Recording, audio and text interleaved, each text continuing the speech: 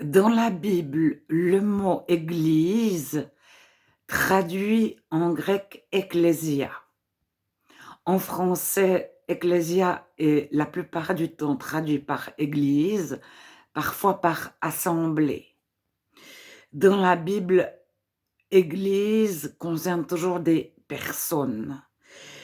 Ce terme ecclésia est utilisé une fois par des non-chrétiens dans le livre des Actes au chapitre 19.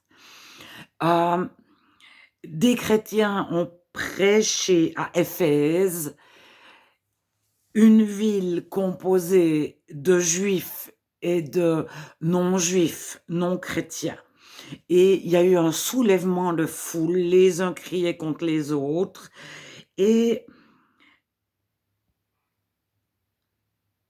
un secrétaire, je ne sais pas qui est ce secrétaire, a dit si quelqu'un veut se plaindre, il y a des jours d'audience, entre parenthèses, dans un tribunal.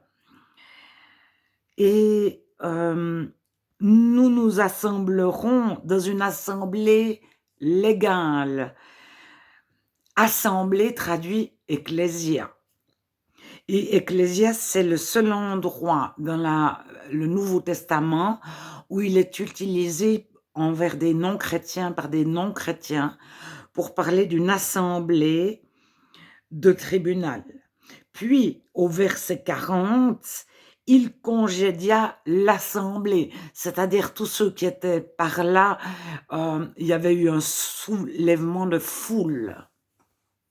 Donc, il congédia la foule.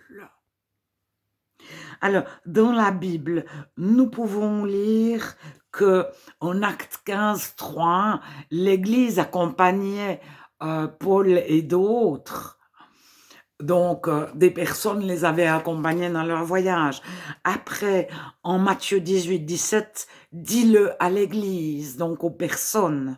Acte 2, 47, et le Seigneur ajoutait chaque jour à l'Église ceux qu'il sauvait.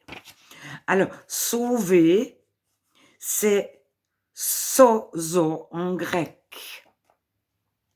Être sauvé, être guéri. Et c'est le Seigneur qui ajoute à l'Église ce qu'il sauve. Alors, de osso, il vient soma, le corps.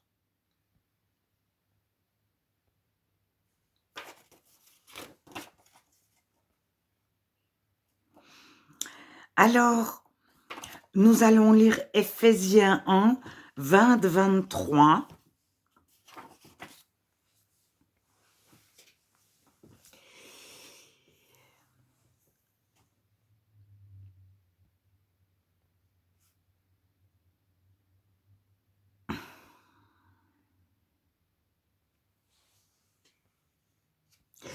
Alors, 20, il l'a déployé en Christ en le ressuscitant des morts et en le faisant asseoir à sa droite dans les lieux célestes.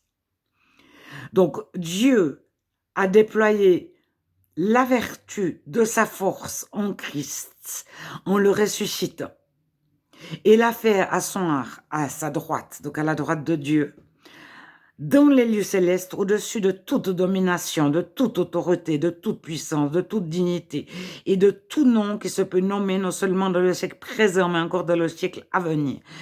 Il a tout mis sous les pieds de celui qui l'a ressuscité.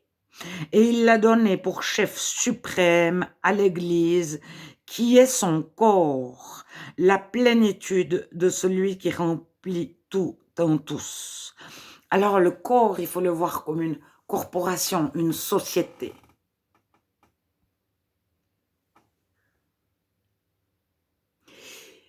Église ne concerne que et uniquement que des personnes dans la Bible. Alors, les personnes peuvent être... C'est une assemblée de personnes, une foule.